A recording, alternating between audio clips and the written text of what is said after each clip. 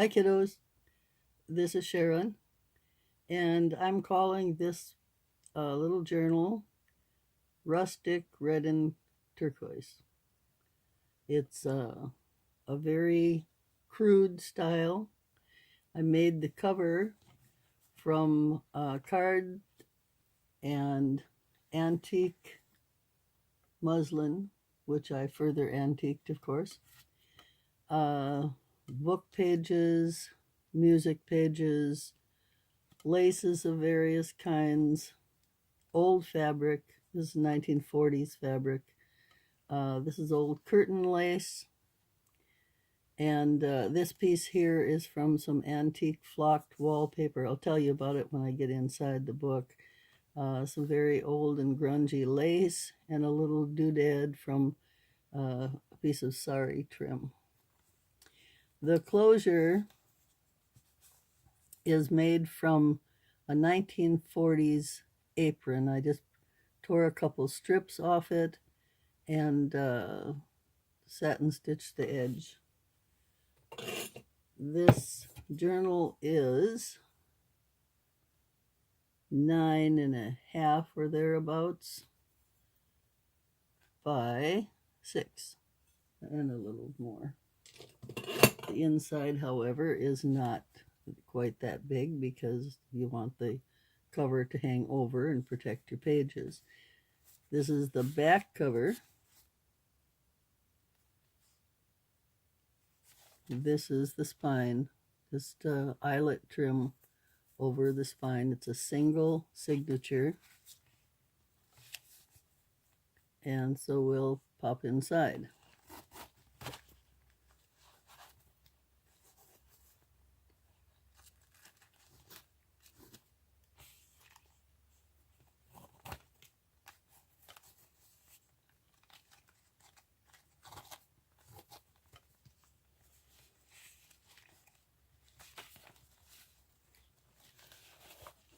The inside front cover is just various interesting pieces from old magazines and newspapers.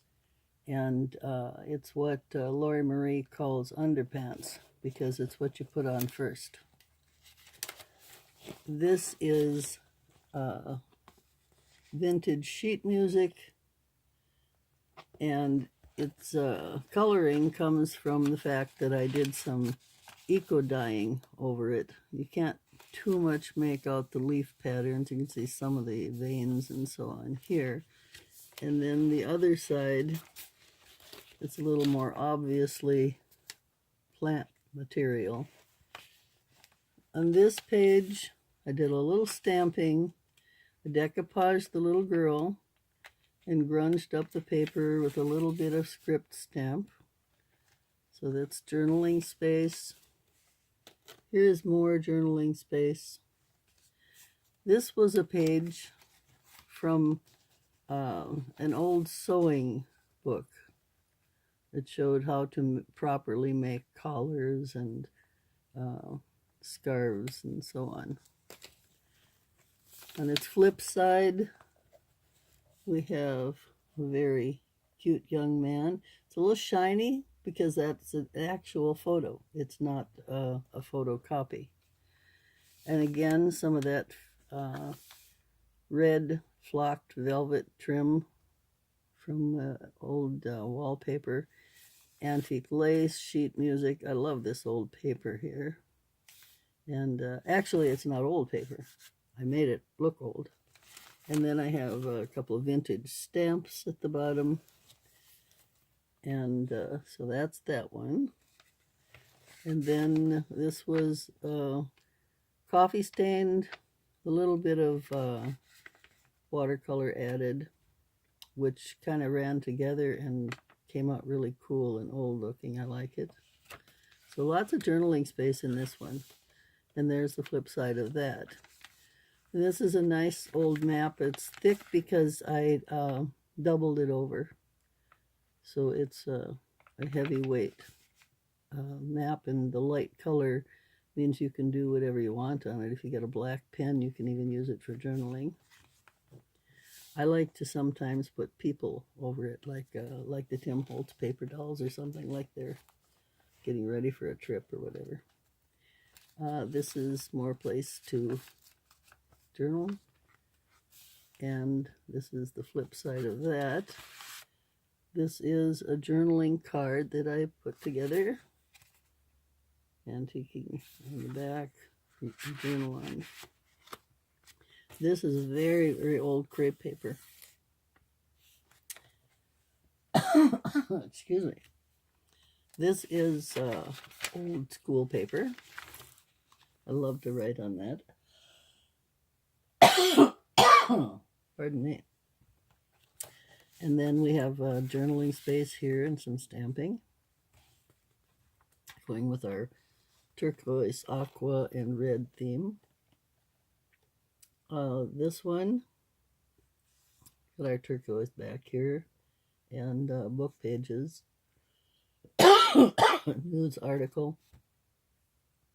It's a reproduction of it, and actual old stamps, and a lovely, handsome soldier.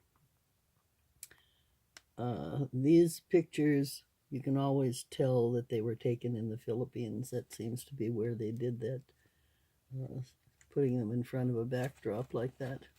Then we got more journaling space with some stamping on it. More journaling space, a little stamping. And I thought this was appropriate, this music page, because it's called The Thunder and it's a marching song. So I thought, and John Philip Sousa. And this now is 1940s fabric. It could be 1930s, that I'm not sure of. But I know it's at least as old as 1940s. And I lined it with paper so it's strong, because I didn't know how stable the fabric was. And you got plenty of journaling space here. And then I made up this little extra journal. And it flips open like that. A little trim at the top. And then you've got lots of various kinds of paper inside for extra journaling. And then you can journal on the fold out as well. And it just flips together like that. I think pretty obvious. The book opens very nicely because it's a single signature, so it lies flat when you want to write on it. We have journaling paper here, little stamping, coffee dyed obviously, and a little collage type of thing there, which is a little tuck spot, and a journaling card from a Tim Holtz paper doll. Love this paper. It was a kind of a greenish weird paper. It's old. I'm not sure what it's from. It's quite old. And then I antiqued it and did a little watercolor on it. And that's the reverse of it, of course. Here's more journaling space where I stitched around the edges, and a tuck spot, and another journaling card. There are 60 pages in the book. Now, I'll talk a little bit about this wallpaper. Way out in western North Dakota, before you cross over into Montana, there was a hotel torn down. It had been there since the gold rush era. And in the back room, a lady that I know discovered a partial roll of this paper. And it was also on the walls in the hotel. And so she saved that partial roll for me, and I've been sharing little bits of it with people, but I'm kind of hoarding it a little bit too. And a little journaling space, more journaling space. And then again some journaling space, and I decoupaged the little girl. Now this is some of my eco-printed paper. And that is the center of the one and only signature. So it's page 3031. And of course, the reverse of it. And another journaling page with a little decoupage. Journaling space and journaling space. There's the reverse end of that wallpaper. And then I made this little tuck spot here with the red canary. And in the pocket is just extra journaling paper for you.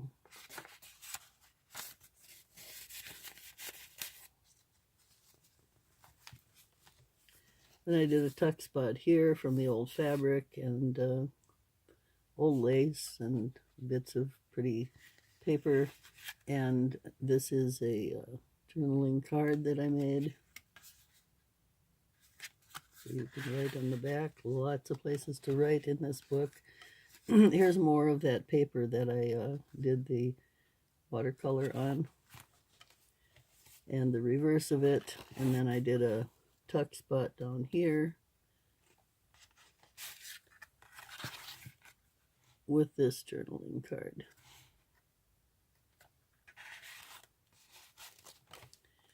More journaling space on some very heavy brown paper. It came from a pack that was called Haberdashery.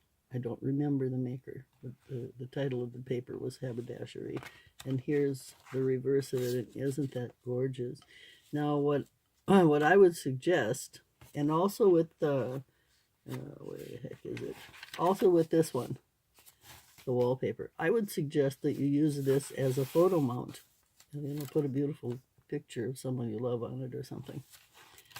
And again, I would probably put a photograph over here and leave this pretty bird out. This is more of that March music. A little stamping. A little more stamping. Now this handsome little guy,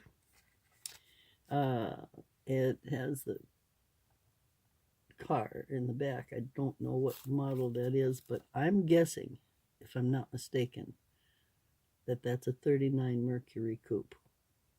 I believe that I know that. I'm not positive. Pretty sure. And a cute puppy. And he's apparently talking to the puppy. And this must be Mama taking the picture.